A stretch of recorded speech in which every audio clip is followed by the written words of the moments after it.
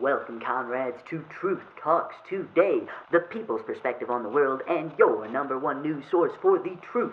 The date is October 19th, 1962, and I hope you're ready to party because we've got some fantastic news. It appears the secret to productive diplomacy is an abnormal lack of sleep, since the USSR was finally able to reach an agreement with the US about the missile situation in Turkey and Cuba during an emergency meeting at 1 in the morning. Outside was dark, but the future appears bright for all nations involved. The emergency meeting was called because of the startling news that the U.S. had in fact begun a naval blockade around the independent nation of Cuba that prevented humanitarian aid from the USSR from reaching the people.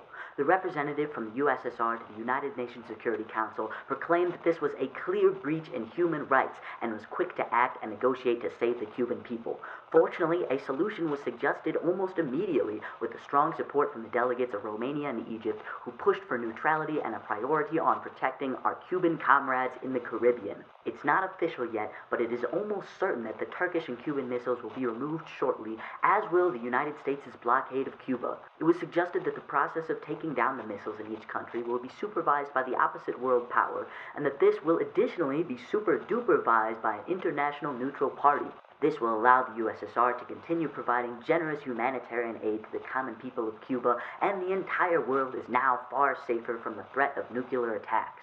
The cabinet of the USSR and the US will meet shortly to finalize logistics for this exciting agreement, and I, for one, cannot wait to embrace the beauty of peace in the Soviet Union, the United States, Cuba, and anywhere else on the planet that values equality, freedom, and safety.